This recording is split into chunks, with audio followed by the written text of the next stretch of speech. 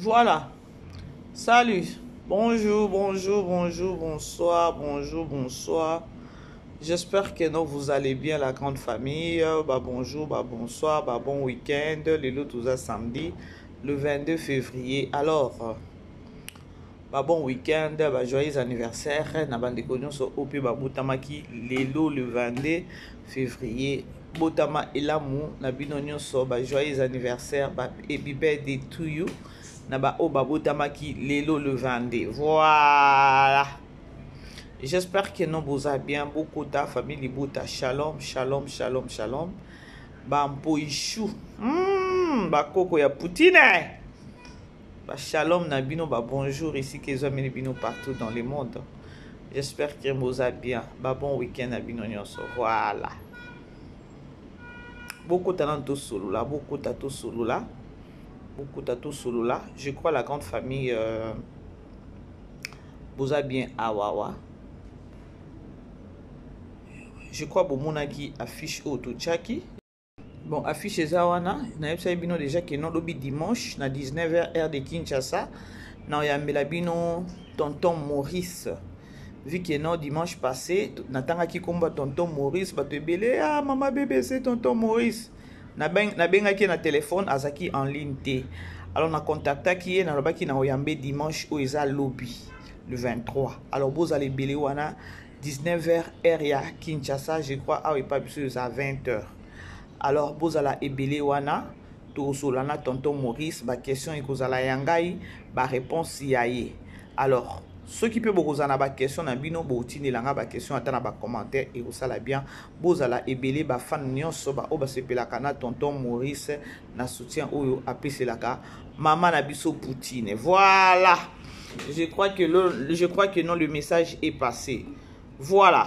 Belvit TV a fêté 7 ans d'existence nango. Et vous allez bon na showbiz le 29 mars. Bartiste batanenge na ndenge. Er yango yo wele la somba bien na po ba surprise ko zala yele.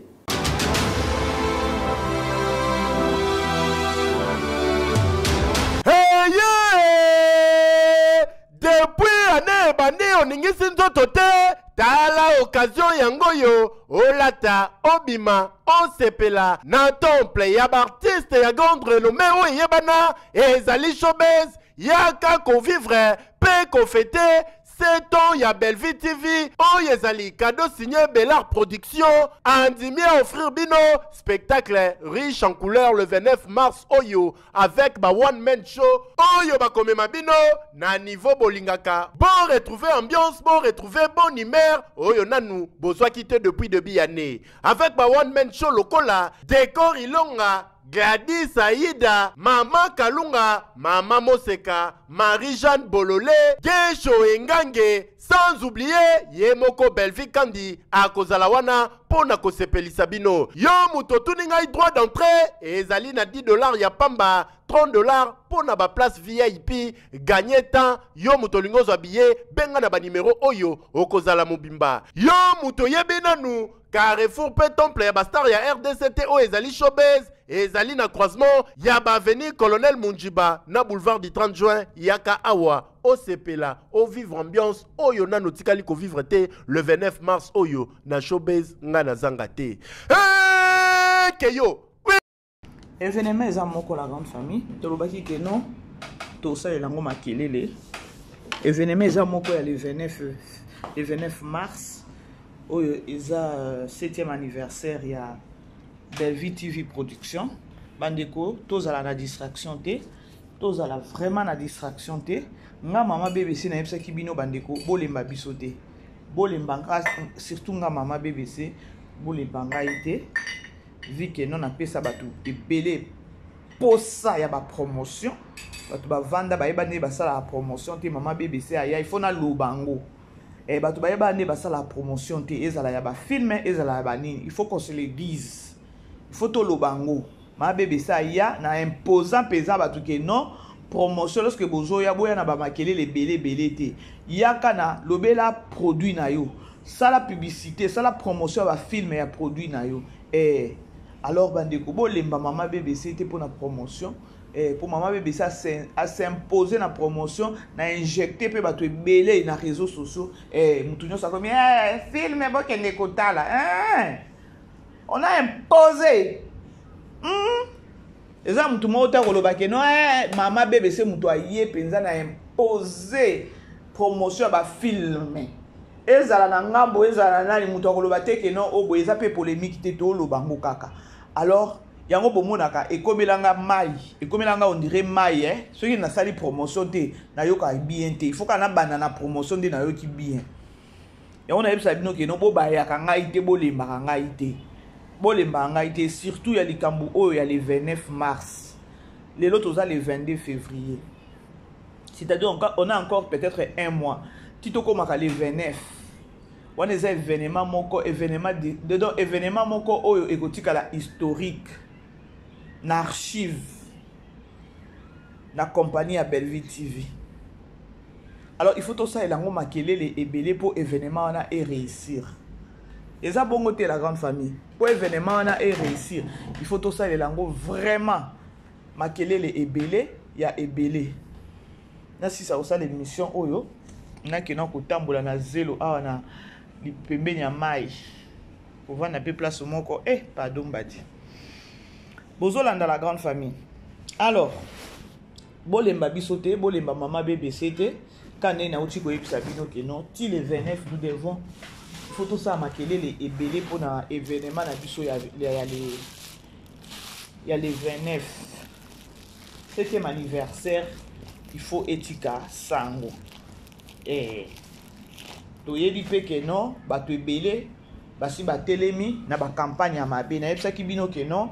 Basi babandi ko sala déjà ba campagne à mabe pour ba déstabiliser na ko déstabiliser te mais en d'autres termes to koloba ke non pour ba ko tsabiso na distraction moko boye to bosa na vision o toza nango toza na vision o eza moko eza ya nani eza ya le 29 avant on a kota na beta yango penza c'était makasi la grande famille boyebi ke non toza na film na biso o tozo tala na Belleville télévision na titre ya pote bozola dans la grande famille. Na Belleville TV toza na film na biso je crois total qui déjà le bien qui déjà deuxième épisode total qui y a pote troisième je crois troisième je crois ou troisième ou deuxième le mois Pongo. Alors na Candy Star toza na film na biso total qui 8e épisode du lobby bandeko je vous dis na Candy Star ba o bazo tala Candy Star te na na sekana nous appelanga na pots da costa biloko zo bimisa la munoko na Linda otuna kite Linda Silama je te dis Silama tuna Elena amonaki yaeba makambu amonaki makambu na ye na second choix ayokaki ba langage. Je t'ai dit, non, d'Acosta, non, Aza phénomène. Franchement, d'Acosta, Aza phénomène, la grande famille. Voilà. Alors, na film na biso otozota na Candy Star, la grande famille, je vous dis, Mikolo na ola lande na Candy Star, lokuta mabe, tellement film eza kitoko, film eza vraiment kitoko. Na ebité, soki moyen eza bandeko bo partager nani émission na biso soki komela pe Poutine na sens que non ndenge ba film ekomi kokota na Candy Star ba série na biso ekomi na français na titre ba komaka que non série en français po bato ebele pe ebenda bato parce que Candy Star to banda ona ba film na lingala pa to benga bato il faut ba série en français na titre bolobi attaque non série en français et puis vous compléter na titre ya film et ça bien pour batu ba koma kotala lisusu omoni eza na minute on a 2025 awande can you put this one there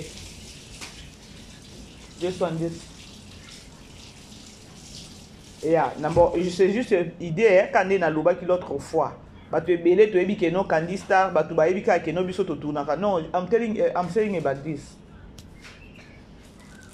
Sorry, la grande famille, voilà. Vous commis à un titre série en français, après vous complétez à vous complétez puis vous titre vous commis série en français et puis vous commis titre et film et ça bien. Nous sommes des cas pour la promotion, nini que non Candy Star et comme kokoti ça ba film en français. C'est juste idée mususu tozo ba kisa tellement Candy Star to bandango na ba film à lingala. Bandeko soki bozota la film oyo ya ma sœur T, s'il vous plaît. Boke ne kota la bo pesa nga mama BBC raison. Ah. Biliaki vini bikoki. Biliaki vini bikoki. Biliaki vini bandeko bikoki. Can you imagine? Mwasi aleki, mwasi leki ya mwasi na ona kati ya ndako. Donc yo ozo bimana ye. Okomi na souci ya kenon o installé ye. Bokomi na niveau ya kenon o installé ye. Na kolinga ko installé ye. Mayele suki. Bomoni yangwana na lobaka toujours nzamba tikali nzambe. Grandeur en nzambe. Nzamba tikali ka nzambe. Muibi atikali ka muibi. Koyiba. Ezaka un bon jour ba okanga yo. Mayele suka ki vini pour lui. Façon ya bien. Ya que non. Loko azaki na besoin ya ko installer nani. Tegra libanda. Il fallait que de coopérer na bandumba na ba fimoko o bazalaka ba chel ba fimoko bazala sepende nini wana ba ya ba na ko se comporter on doit baza ba massa nzoko bazana bango donc mukanya ndenga zawana na Elena bazalaki na bango ba master ya tegra te bo imaginer siko niveau vini mutu alukai ka bango ba yaka ndenge bango bazana bango ba chel baza ba film moko boye soki ba menaka na bango ba vi na bango so pe ndenge nini asali bango donc a préparer ki déjà pe tegra na ngambu na ye nyonso na po nini po benga na tegra bima libanda tant tegra ko bima libanda ya installé ça c'est quel genre il y a planification bon planifier façon à planifier encore à organiser plan na ezaka passer. Si vous bilia qui est bikoki, soit disant ba français belé na monoko metala. Tout là. Ah ouais. Mais fallait dire tout de suite. Fallait le dire. Ah si, vous sentez-vous à l'aise? Ici. Ici. Vous n'avez pas peur? Je n'ai pas peur. C'est juste que je vous admire. Ah d'accord. Pas de souci. Vous êtes très belle. Merci. Okay. Mais le compliment s'accompagne toujours de quelque chose. Oui, vas-y. Vas-y. Ok. Sentez-vous à l'aise? Oui, je suis à l'aise. Ne vous dérangez pas. Ça, je me suis déjà habitué à ça. Tu es habitué? Ce n'est pas nouveau. Ce n'est pas nouveau. Ah d'accord. Ok, j'avais besoin que vous me rendiez un service. Ok. J'avais besoin de vous. J'ai une belle-sœur qui vit chez moi à la maison. Ok. On ne tue pas le jonc. Non, ce n'est pas du meurtre que je vous propose. Ah, ok, ça va. J'ai une belle-sœur qui vit dans ma maison. Pour vous dire vrai, je ne veux rien vous cacher, c'est ma petite amie. Ok? Je sais que ça va vous décourager parce que vous pensez peut-être que j'étais venu pour demander vos services. Ok, nous on ne juge pas. Ok, d'accord. Ouais, j'ai une belle-sœur qui vit dans ma maison, mais je voudrais à ce que vous puissiez m'aider. En quoi faisons? À la sortir de la maison. Je suis en train d'arrêter des stratégies. Je voudrais à ce que sa grande sœur croie que sa petite sœur a des amis comme vous. Comme nous, comment? Comme nous. C'est-à-dire quoi comme nous? Non, ça. Okay. Bon, je pense à comment. Vous allez commencer à venir régulièrement la sortir de la maison, surtout les heures tardives. Ah, vous venez chez moi à la maison, vous faites on un peu de désordre. Monsieur Vini, c'est ça? Oui, c'est moi, monsieur Au fait, Vini. si je comprends bien, vous trompez votre femme avec sa petite soeur, c'est ça? De ce côté-là, ce n'est pas votre problème parce que vous m'avez demandé de ne pas entrer dans... Nous sommes en train d'analyser, s'il te plaît. Ok, d'accord. On doit bien qu'on ait Oui, l'histoire afin de bien travailler. Voilà, Et c'est ça surtout l'histoire. du phare. Donc, je sors avec ma belle-sœur. Bon, tu sors avec ta petite.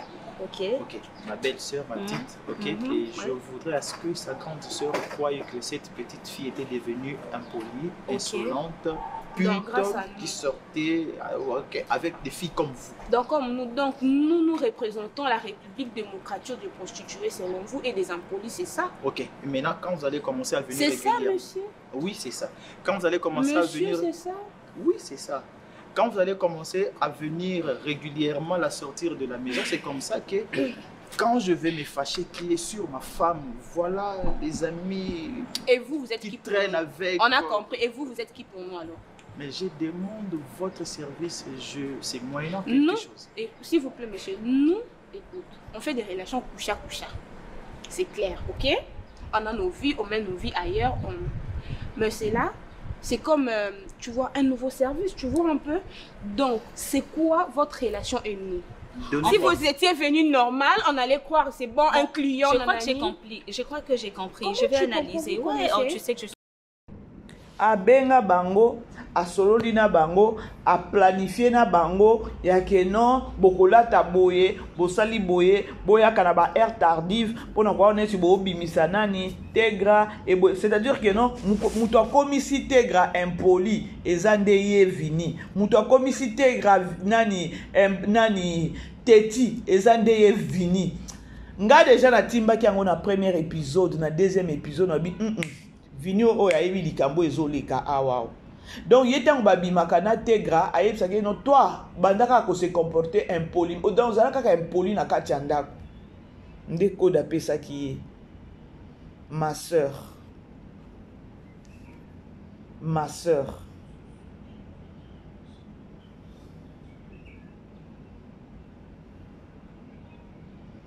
Bozola dans la grande famille. Boke ne kota la film oh ya ma sœur parce que dans minute biliaki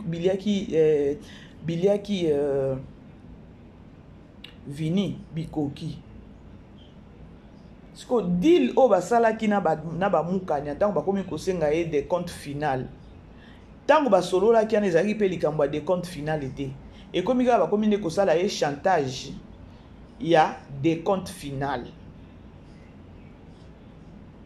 Bango sikoyo tango vinia bo comprendre bino moko bo comprendre tango vinia e ko luka bango proposition na ye envers bango baza même pas ba camarade ya tegra siko tegra zo sala makolo wana lokwa baguette na ndako wana ami moni on dirait que non yende asuki wana aebite que non ba fille wana ba koki ko trahir bango aebite.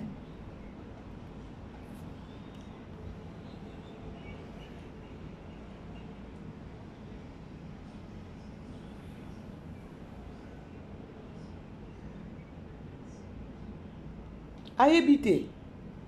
La grande famille, beau aimer, beau partager. Je voudrais assez qu'on se comprenne. C'était un deal. Ça s'est passé comme c'était prévu. Ok, je vous ai payé, c'est tout. La première fois, je l'ai fait. Et maintenant, vous voulez encore, je vous rajoute l'argent.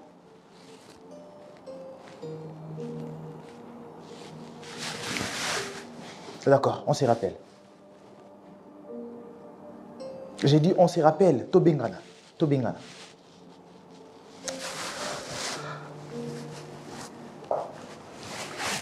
Mon gars, tu es dans un projet, tu m'as rien dit.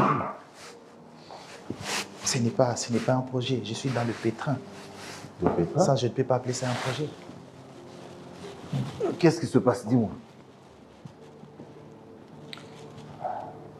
Le coup de fil ici, je viens de discuter avec l'une des filles avec qui on avait fait ce deal pour faire sortir Tegra de cette maison. Tu as fait un deal pour faire sortir Tegra de cette maison? Oui. Il y a tellement que j'ai parlé avec ça. Non, elle n'est pas là. Elle n'est pas là. Elle était sortie. D'accord. Et tellement que j'avais besoin de faire sortir Tegra de cette maison, avec les comportements de ses copines, j'ai parlé avec sa grande sœur, c'est comme si elle ne comprenait pas. Bon, je voulais juste ajouter un peu de piment dans l'histoire du comportement de Tegra. C'est comme ça que je suis allé contacter les deux prostituées, les deux putes, si je peux les appeler comme ça, Elena et Mukanya. Et je leur avais demandé de venir régulièrement à la maison pour chercher, pour faire sortir Tegra. Et comme ça, quand sa grande sœur verra que Tegra commence à fréquenter des prostituées, retourner tardivement à la maison, ça sera un moyen pour moi de la chasser de la maison. J'aurai raison. Et tu as conclu un deal avec elle J'ai conclu un deal avec elle, je l'ai repayé, je lui ai redonné l'argent. Et ça s'est bien passé. Tigre est parti de la maison. Et maintenant, aujourd'hui, elle revient pour me demander de lui rajouter l'argent. Vini, mon cher. Mais comment tu peux toi-même te mettre la corde au cou? Tu vas dealer avec des prostituées pour quel résultat? Attends, c'est les résultats que j'ai maintenant. C'est de Tigre à sortir de cette maison. Aller vivre dehors. Comme ça, j'aurai la facilité de faire tout ce que je pouvais avec elle.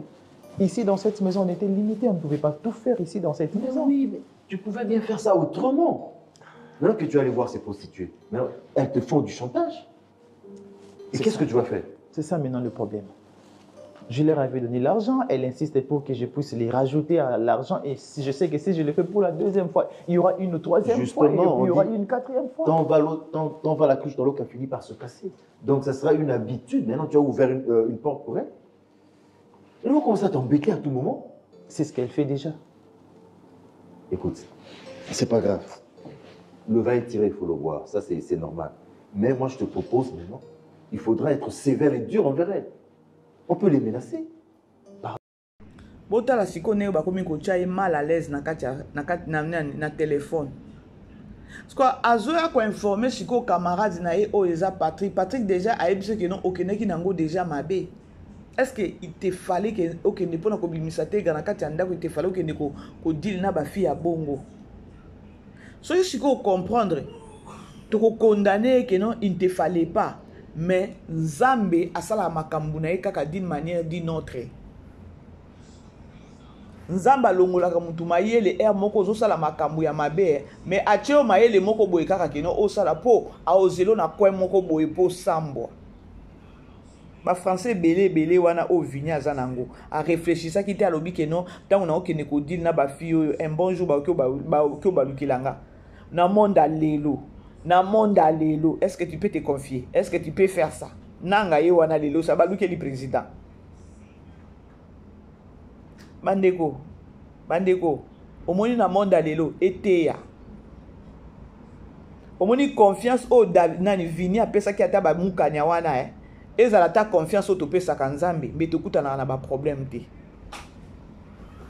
Je vous dis confiance ka nani vini apesa ki ba mukanya wana pesi bango pe mongo pour lui amoni kope simbi esili na ndenge na libéré bango esili mutu atikali ka mutu ya totala ki na bino filme totala ki a la boniche botala age a papa Serge eloko bande ko sala na mwana na Nikita chantage ba komeki ko sala papa nani papa Elombe ya mokilese baby mokilese baby bosa la confiance na Nzambe ye vini eloko nini yango azokende kozwa kuna epa nani epa tegra o azozwa epa da elite bino pe mibali nini yango malonga azozwa epa tegra o azozwa epa da elite boye bisanga la grande famille ça fait mal parfois. Ya nzoto kaka ya mike to ndenge ni nazo eba pete. Nazo eba pete. Boyebi ke non c'est ça non mon film ma sœur et ça on dirait que non et ça la na chair de poule. Na inina na tegra on dirait que non na oposa la que non za théâtre. Ya que non omoni pete gana balabala bo ini ozu ata mabango obambié. Moka na ozonga na loba que non eza théâtre c'est juste que non à côté na personnage nae. Otali Daeli aza femme moko boye na kati ya ndako libala ne tolobe te que non Daeli aza impoli, Daeli aza mwasi mabe et pas vini. Daeli omone que non c'est une femme sage na kati ya ndako na libala. Toloba que non, elle est femme, aza femme ou baloba na kati ya Bible soumise envers son mari. A remettre à pesa ke bolingo tout au monde na couple ngo na kati ya film ngo. Siko ye vini. Amone ta basi mususu te. Ata libanda. Pour ko sa mwasi na ye. A ko sa mwasi de ka na leki na ye bande ko bota la degré bota niveau. Ah non. na okyo loba te soki makambo esalemaka makambo déjà esalemaka ya solo parce que na ba commentaire il y a une dame qui a commis la maman bébé c'est makambo ekomela na famille na ngai ya na ngana leki na nga. Et lorsque Poutine a kana ba film boy a kana ba histoire boy c'est-à-dire que non azo déjà ka ko révéler ce que tant a révéler la positivité na négativité. Est-ce que okoki ko bikende na libala na yo okena leki na yo ya mwasi to okende na leki parce que a ekomi bongo kokota la film oyo ebangisi pe kaka kota la kaka film boye ebangisi ke non na siècle lelo okende na libala na yo okende na leki na yo ya mwasi o déjà asa komi na ba âge moko boye qu'on se le dise pourtant ya zo ba ke non ndega zo ngareta bazala kana tegra atiki na libanda ya mikoteli asali semblant aotu na zawapi asa pese ba air akoloba ke yo okota ta après 20 minutes ata après 30 minutes et puis okoti ya okota aoya kopesa daily trouble na kati ya ndako ka nzambe wana tout ça omona ke non Poutine asali nini a dévoilé pe comportement ya nani ya mibali Potokolo ba pete ke no te grande ayaki vers vini.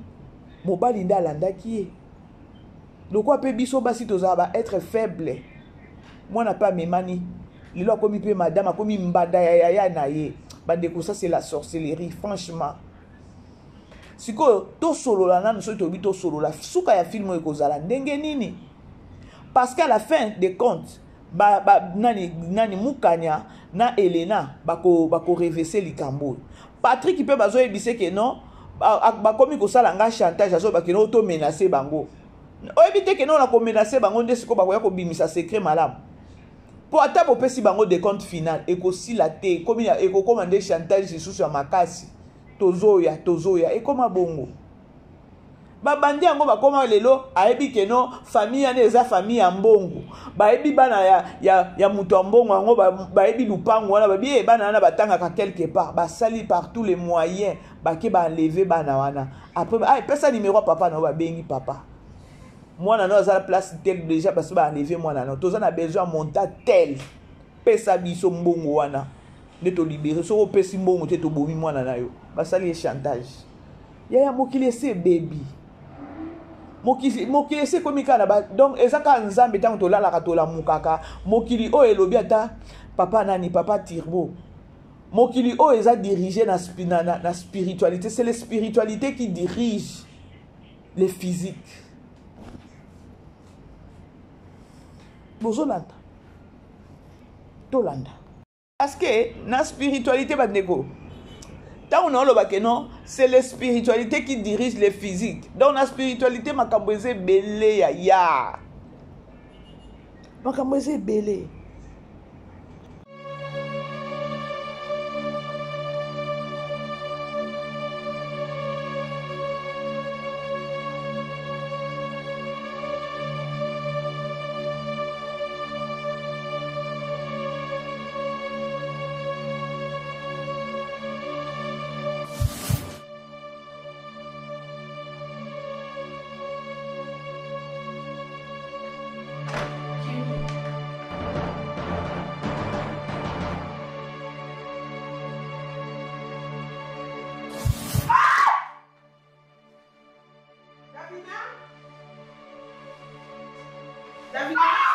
David, quoi?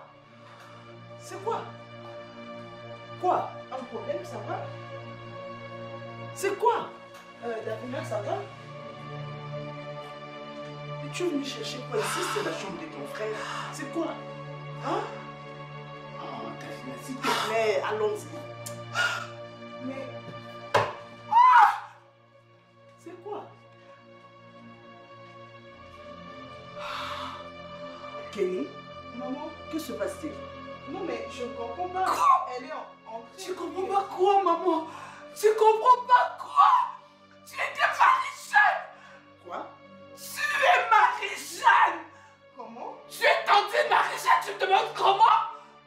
Tantine Marie-Jeanne? Maman, c'est tantine Marie-Jeanne! C'est toi tantine Marie-Jeanne! C'est qui tantine Marie-Jeanne? Toi! C'est tantine Marie-Jeanne! Tu es tantine Marie-Jeanne! C'était la petite chambre de papa. Maman, faut pas tantine Marie-Jeanne. Toi, tu es tantine Marie-Jeanne, tu étais ici. Davina, s'il te plaît. Mais arrête ça. C'est quoi, c'est Kenny? C'est leur chambre. Tu es tantine Marie-Jeanne. Mais je comprends même pas. Tu es tantine Marie-Jeanne. Tu es tantine Marie-Jeanne. Depuis tout ce temps, toi, tu es tantine Marie-Jeanne. C'est sûr qu'elle est allons-y. Non, mais il faut lâcher la pas. Alors, allons-y. Allez, tu la touches pas. Davina, s'il te plaît. Allez, tu la touches pas. C'est tantine Marie-Jeanne. C'est Kenny, Davina. Elle était venue ici, tantine Marie-Jeanne. C'est tantine Marie-Jeanne. C'est qui, tantine Marie-Jeanne? C'est qui? C'est leur tante Kenny. C'est la petite, c'est la petite soeur de papa. Elle est morte? Expliquez-moi, moi je vais comprendre une chose. Mais moi aussi, je veux comprendre. Attends, Davina. Tantine Marie-Jeanne a fait quoi? Certainement qu'elle fait des choses. On doit aller. Ah, moi, tu veux On doit aller voir. Ah, moi, tu veux pas mentir. Ah, moi, tu veux pas mentir. Davina, arrête de tout déranger. Arrête de tout déranger. Viens, chérie, viens, Davina. Écoute. Je suis rentrée ici. Oui. J'ai appelé Kenny. J'ai vu de mes propres yeux que tantine Marie-Jeanne était ici. Là, tu vas pas nier, n'est-ce pas? Maman, moi, je pense qu'il faut. C'est quelle histoire? C'est quelle histoire?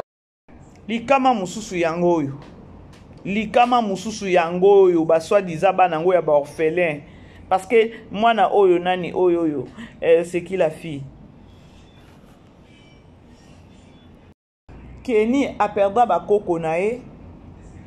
Kenny a perdu ba koko ne ke asoy ba parents na ye pardon ba koko te a perdu ba parents na ye akoli na nani na orphelin.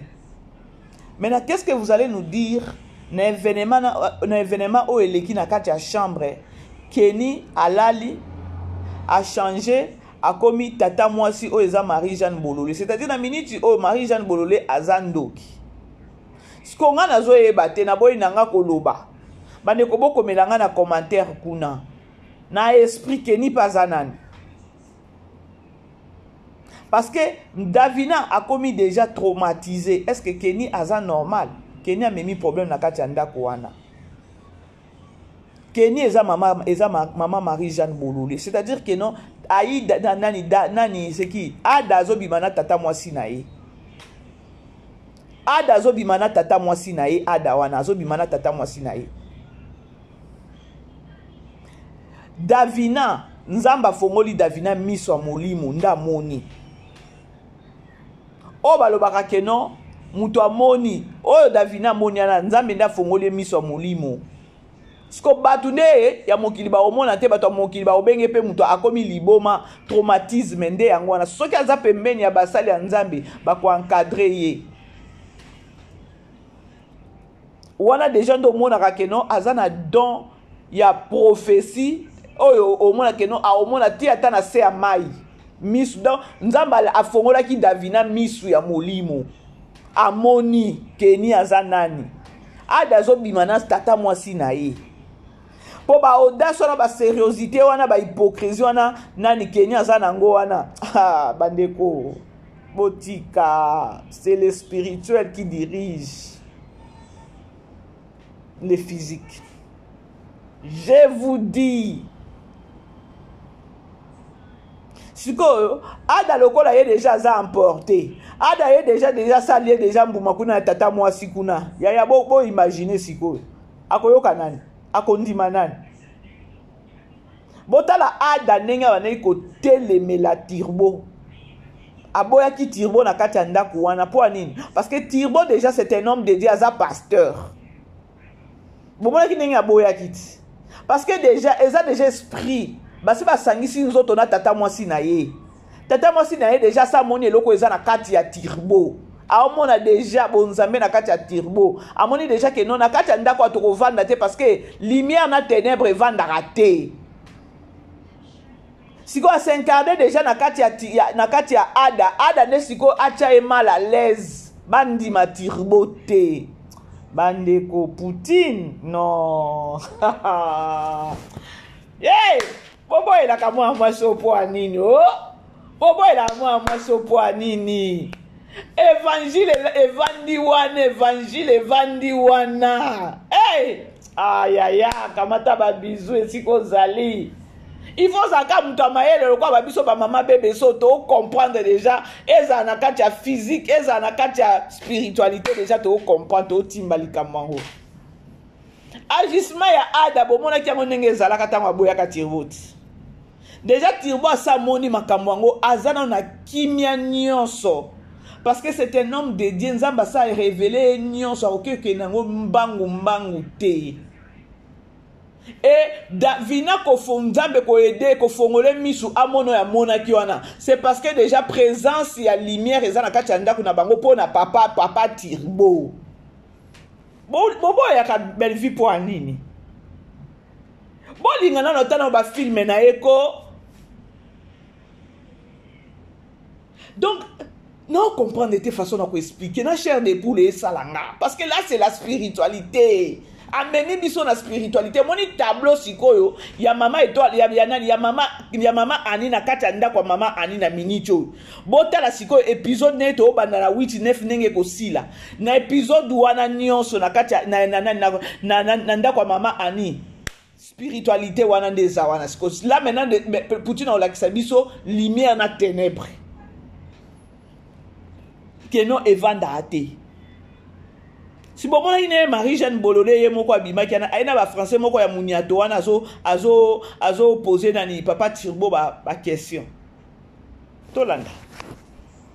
Mais tu parles de quoi alors? Tu penses que je vais créer ces genres d'histoires? Oui, même si je suis forte je suis même pas forte en montage parce que la vraie celle qui est forte en montage, qui vous a créé une histoire, je ne sais d'où, elle a pris une histoire des gens qui souffrent et tout. Pardon, j'ai vu. Je vous jure que j'ai vu, au fait. J'ai vu. Calme-toi. Attends, laisse-moi régler ça. J'ai vu. Davina, moi je te crois. Tu n'es pas folle. Donc je te crois. Alors. Davina, regarde-moi. Je te crois. Moi je te crois. Je peux pas croire. Ada, laisse-moi gérer ça. Je sais de quoi je parle. Papa. Il y a d'abord une première chose, c'est que je suis persuadé qu'elle a vu quelque chose de bizarre. Papa, tu peux pas me dire que je vois en face de moi Kenny et du coup, au même endroit, je veux voir ma tante qui ne rentre pas par cette porte et je vois en face de moi. Est-ce que quelqu'un peut me comprendre? Elle a des dépressions, c'est anormal. Nous vivons dans cette maison avec ma fiancée, avec ma femme plutôt, Kenny. Kenny, nous dormons avec Kenny, on se réveille avec Kenny, elle mange avec Kenny. Même s'il y a des histoires comme ça. Est-ce que j'ai déjà Mais tu parles de quoi? Comme ça? Tu parles de quoi? Je me sens traumatisée. Vous pouvez me donner un peu de temps, s'il vous plaît. Depuis que je suis devant vous, donnez-moi un peu, juste quelques minutes. Ada, toi d'abord en tant que responsable, je vais te dire une chose. Je t'ai toujours dit, n'oublie pas, ce monde où nous vivons est corrompu. Ce monde est corrompu, il y a des choses insupportables. Ada, tu dois savoir aussi que la Bible, j'étais en train de lire ça tout à l'heure, la Bible dit que c'est les spirituels qui dirigent le physique. Davina, écoute-moi. Davina, écoute-moi.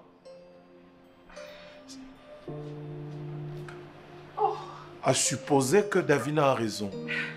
Tu sais ce que tu es en train de créer en elle. C'est même pas à supposer. C'est pas à supposer. J'ai vu. Davina, comprends que je dois d'abord rester au milieu du village, le temps pour moi de comprendre exactement ce Mais est-ce que je peux créer une chose comme ça, au fait? Je te dis que moi, je te crois. Est-ce qu'il y a le rapport entre cette fille et Marie-Jeanne? C'est par là que vous pouvez comprendre qu'elle a de dépression.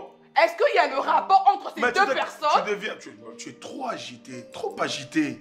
Tu n'es plus calme. Tu crées des histoires. Ada, si c'était la fille, et puis je dis j'ai vu Ada, ça se comprend, Quelle fille? d'accord? La fille, Kenny, elle se transforme en toi, ça se comprend. Elle n'a jamais aimé ma femme. Davina. C'est une histoire qu'elle a créée. Viens t'asseoir ici à côté de moi.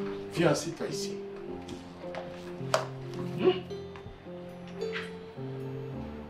Davina. Davina, tu sais que Dieu existe, n'est-ce pas? Regarde. Pardon, que quelqu'un m'explique. Mais le quelqu'un là, c'est moi. Je te pose d'abord une question. Tu sais que Dieu existe, n'est-ce pas? Que quelqu'un m'explique, au fait. Pourquoi je devrais voir cette fille. Et du coup,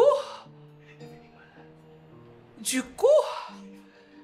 veux voir Tantine Marie-Jeanne. C'est pas que du coup je veux voir, elle se transforme. Elle se transforme. Elle se transforme. Elle se transforme. Davina, si tu ne m'écoutes pas, tout le monde ici va penser que tu étais en train de faire une dépression. Seigneur. Tu dois m'écouter. Tu dois m'écouter. Tu dois d'abord te calmer. Est-ce que je peux t'expliquer? Tu m'as tout expliqué, mais tu ne veux pas m'écouter. C'est bon, ok, je t'écoute. Pourquoi il ne se transforme pas devant toi, en fait, par exemple? Oui, parce que j'ai une réponse. J'ai une réponse. Parce que cette personne veut que tu te comprennes. Sikoyo? Ah non. Moi, j'aime ça. Bravo à Poutine, hein? Franchement. Bravo. Naza eloko na oloba te na zubi no kutu ba minute belé pour la film na biso ya ma sœur. Donc eloko yo peza na tableau kaka ya côté ya maman Annie danger bandi siko wana. Film eza ma sœur, côté ma sœur. Te grazo bimana na mobile ya grande sœur na ye. Ma sœur pe koto eza nani? Nani tata mwasi saza sœur ya papa ya banani ya ba Ada. Il est pas sa sœur. Titre ya film eza ma sœur. Ce qui est penda boma papa ya banani ya ba Ada tokoye ba ye tata mwasi wana ndoki. Totala to continuer kotala film. Na kemingi na Candista parce que na olinga batu pe botele maintenant totala film wana. Na osenga pe na titre ba koma keno série française. Ba komi peza série français comme ça et ben dapé batu parce que Kandi et banda déjà kana lingala po batu ba yeba eza facilité il faut na titre ba koma je crois na okyo komelata ba nani ba tonton nani ba lobela pata Poutine bongo voilà la grande famille événement zaka moko ya événement zaka moko ya le 29 événement zaka moko toza vraiment na likambo otoye kolobate ya on est plus focalisé na likambo ya le 29 oyo eza 7e anniversaire ya Bellevue TV production contribution na bino ou encore contribution na biso famille Libota eza ke non showbiz wana etonda showbiz ekotonda ndenge nini tosomba ba billet tokota biso bato ya libanda diaspora oza na famille na kini sombela bango ba billet déjà ba mama ya Londres déjà bambongo na bango ekiti ba mama ya famille Libota ya France bino pe bo solola na ozela bino c'est-à-dire que non boza na ba famille bo somela bango ba billet merci na ba déconio so bazobenga maman BBC déjà to sombi maman BBC to sombi maman BBC to sombi vraiment merci parce que to sala musala to zo pe ba retour à maman BBC to sombi déjà ba billet to zela kaka le 29 ango vraiment que mon Dieu vous bénisse na participation na bino okozo sala bocha pe likambo oyo na ba prière bochango pe na ba prière parce que nzambe déjà à ça permettre eloko ezate le problème en est que non ne tozala na distraction te ti tokoma le 29 toyebi ke no banguna bako créer banguna bako ya boye bakoya na bakoya zigzag mais biso toyebi kaka ke no toza na bit moko toza na focus pona le 29 tozala na distraction te tolanda nano image moko boye oyo epesinga epesinga esengo moko ya koloba ke no Bellevue TV non eza ya nzambi na musala oyo nzambe apesa ye. Amen. Donc en dehors ya bisika salaka eza groupe ni ok aza na oyo ya lipi groupe la chaîne on YouTube. Donc Bellevue TV na YouTube. Donc ceux qui ont côté na Bellevue TV na YouTube okanda kolanda et osala oyo asala awa en dehors la oyo kolanda na antenne. Ah, je disais demander la prière c'est la sagesse. Parce que makambo simbaka na nzambe. Moto soki na makila na yo nzambe atia eloko par exemple atia A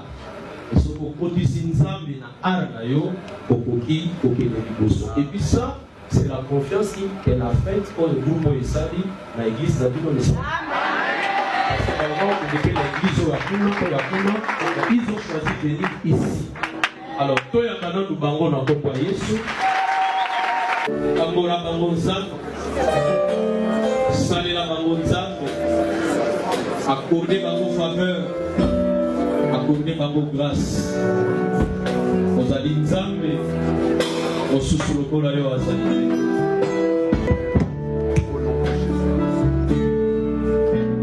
Seigneur, je recommande ces groupes entre tes sanctions. Avec la chaîne LVTV. Ils sont venus te consulter, sachant que les choses iront de l'avant si le Christ est aussi. Et chaque acteur, chaque actrice soit béni, protégé d'une manière particulière. Et l'onction du travail les accompagne. L'onction du travail, les capacités dans l'art les accompagne. Il donne la sagesse, il donne l'intelligence, dont il a donné à Betsaël, qui a inventé tous les accessoires du tabernacle. À chacun, la capacité artistique, la compétence, la sagesse, l'intelligence, la créativité que le Seigneur vous affecte, qu'il vous donne le Congo, pourquoi pas le monde. Parce qu'il a dit à David, demande-moi et je te donnerai les nations. Ma prière, que vous soyez un groupe qui impacte au Congo, en Afrique, en Asie, en Océanie, en Europe, en Amérique. Et par vos messages, que les hommes et femmes soient édifiés. Et que Dieu vous utilise aussi pour les comptes. Que la grâce de Dieu vous accompagne. Que la protection de Dieu vous accompagne. Et que le Dieu que j'appelle le Dieu d'alliance, Jésus de Nazareth, qu'il vous accompagne. Comme vous lui avez fait confiance. Et chacun de vous a confessé de sa bouche Jésus comme Seigneur. Que cette grâce se manifeste. Allez de l'avant, réussissez dans vos voies, impactez, influencez. Au nom de Jésus-Christ. Avec ton groupe, que le Seigneur vous accompagne. Avec ton groupe, que l'esprit de créativité vous accompagne. Réussissez dans vos voies, au nom de Jésus-Christ. Amen. Merci de nous avoir fait confiance. Dieu vous bénisse. La papa pour la vie. Oh, il a fait des cicatrices qui n'a été église à moi. Amen. On est dimanche, on va dans la église à moi. Comme on n'en a pas, et ça papa pour la vie. On se lève. Alléluia. Lève-toi les mains, à partir de c'est la fin du culte. Et ça, tout le monde a posé une question à lobby, belle vie, pourquoi Botsarakaso comme idée belle vie, ni belle vie. Donc voilà pour nous répondre à la question. Nazu idée, ngamo naza scénariste na koma scénario. Et moi-même aussi je dirige na teba sur scène, to sali musala. Donc ce na commis idée belle vie, c'est que idée ça qui a belle vie, mise en scène c'est que ça a belle vie, scénario c'est que ça y a belle vie. On n'a pas l'intérêt de venir mentir à la télé. Bandeko, wane zalaka jour à liboso tango Poutine a fongoli chaîne na ye ya Belle-Vie TV a dediaka yango epa ya Nzambe. A dédié chaîne epa ya Nzambe bomoni aleka liboso akeko dédié chaîne epa ya Nzambe batie mabolongo na se ba prier pour na chaîne. E bomona ki équipe eleka ki wana.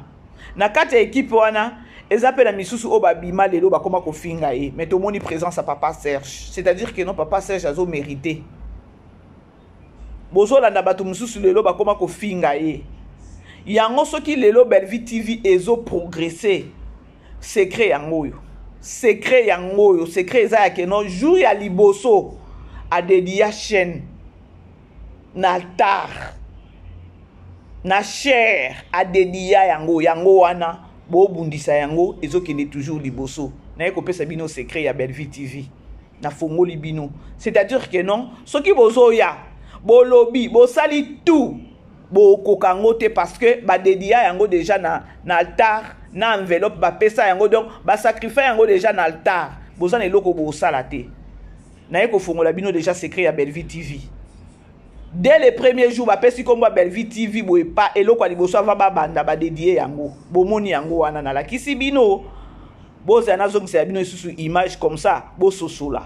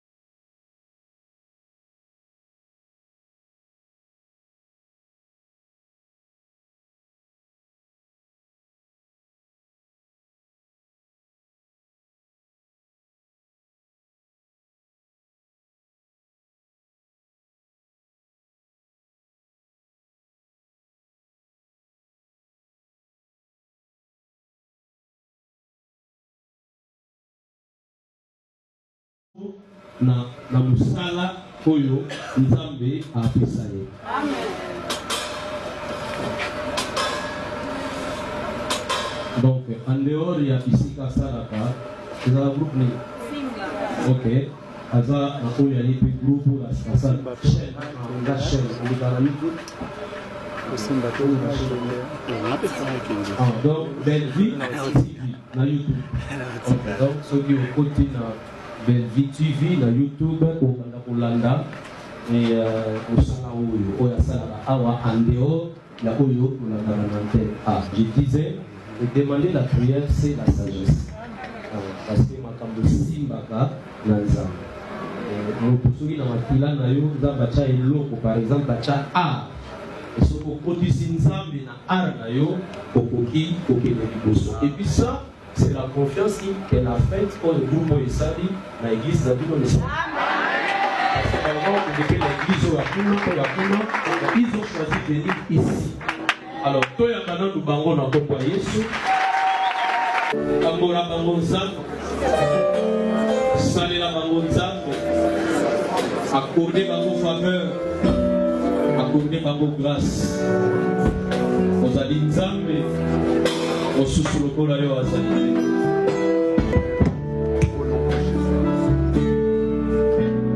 Seigneur, je recommence ces groupes entre tes sanctions avec la chaîne Bellevue TV. Ils sont venus te consulter, sachant que les choses diront de l'avant sur les prises et aussi. Chaque acteur, chaque actrice soit béni, protégé d'une manière particulière. Et l'onction du travail les accompagne.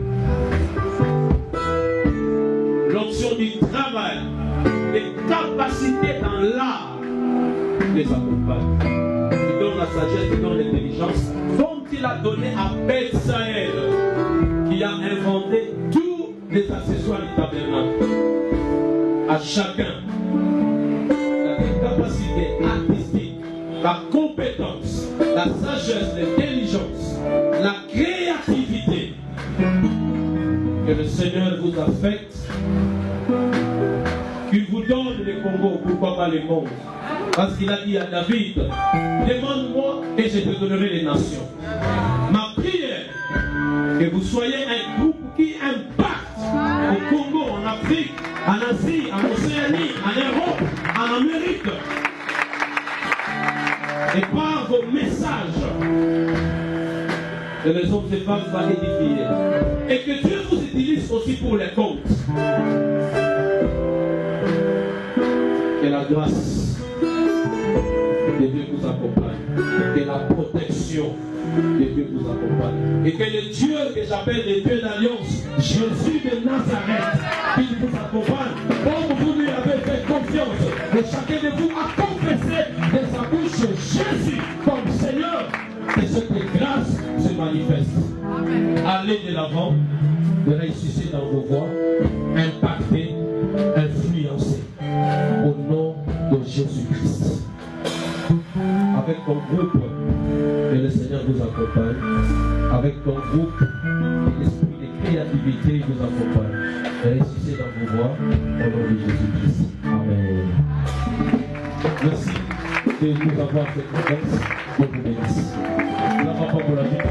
Oh, il y a des cités qui n'ont pas église à moi. Amen. On est dimanche, on va dans la église à moi. Comme on n'en a pas, et ça papa pour la vie. On se lève. Alléluia.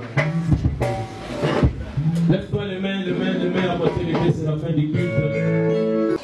Et ça, je me posé une question à lobby, belle vie, pourquoi Botsarakaso commis idée belle vie, ni belle vie. Donc voilà pour nous répondre à la question. Yo, nazu idée, ngamo naza scénariste na komara scénario. Et moi-même aussi je dirige na teba to sur scène, to sali musala. Donc ce on a commis idée belle vie, c'est que idée ça qui a belle vie, mise en scène c'est que ça a belle vie, scénario c'est que ça y a belle vie. On n'a pas l'intérêt de venir mentir à la télé. Bon, moni la grande famille. Alors, Moko, tozongi sakape ba archive, ya koloba keno, eza na place mususu ba mekakate. Place mususu bo mekakate. C'est-à-dire que no Belleville TV, eza na place o etelema.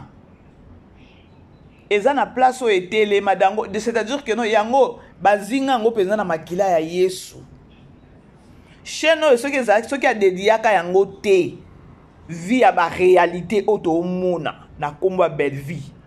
Na kombo ya musala na musala ya zo sala bandeko. Soki belle vie a dédiaka cheno te. Je vous dis non. C'est-à-dire que non, il y a Dieu dedans. Il y a Dieu dedans bandeko. En dehors, il y a place à bandeko ça la fongoli chaîne. Dans la fongoli chaîne, à boule que non, il faut na dédier chaîne nanga. Bandeko to kutani prochainement. Je vous dis, pour ceux qui ont banda koloba awawa. Encore ngaïpe, maman ngalisa. Encore ngaïpe, maman ngalisa. Hey! C'est-à-dire que non, événement zaka moko la grande famille. Événement zaka moko ya le 29. Bola la bino pongi tant bozo ko bundisa Poutine et voilà beau père de kakaba énergie na bino beau père de bata na bino pamba vraiment parce que chaîne à Belleville TV ezala dédié na altar nga mama BBC na yebi secret à place wana banyataki na yebi secret à place wana banyataki nega ba dédié et si là je vous dis na yebi secret ya geste au basala ki wana. Alors bola la bino pongi bozo waste time na bino bo perdre temps na bino ba énergie na bino. Na grande famille tokutani ba air moko na pe mana on a kina ko tambola na zelo et salanga bien. Je vous aime bien, bozala wana toza na distraction te événement zaka moko ya le 29 mars 7e anniversaire ya Belleville TV. Production, voilà. Je vous aime. 16h30, heure de Kinshasa, tous en film na biso, pote na Belleville TV. Je crois les l'autre côté la ma sœur T. Je crois aussi la biso lobby parce que tous un intervalle moko ya jour moko balexé la abiso. Les abongo T et jabongo. Voilà, je vous aime la grande famille. Tokutani o. Eza yanga babino mama bébé c'est lobby bozanga te na oyambela bino tonton Maurice ozo ça la promotion pe na bakini wana na niveau moko nga na lelaka lorsque na monaka tonton Maurice ba promotion na salle la Poutine na lelaka. Alors lobby na oyamba ye bozala ebele lobby na 19h30 heure de Kinshasa je crois pas nanga à 20h. Oui, parce que tous en écart à 1h. Alors bozala ebele lobby. Je vous aime bien. Bisous.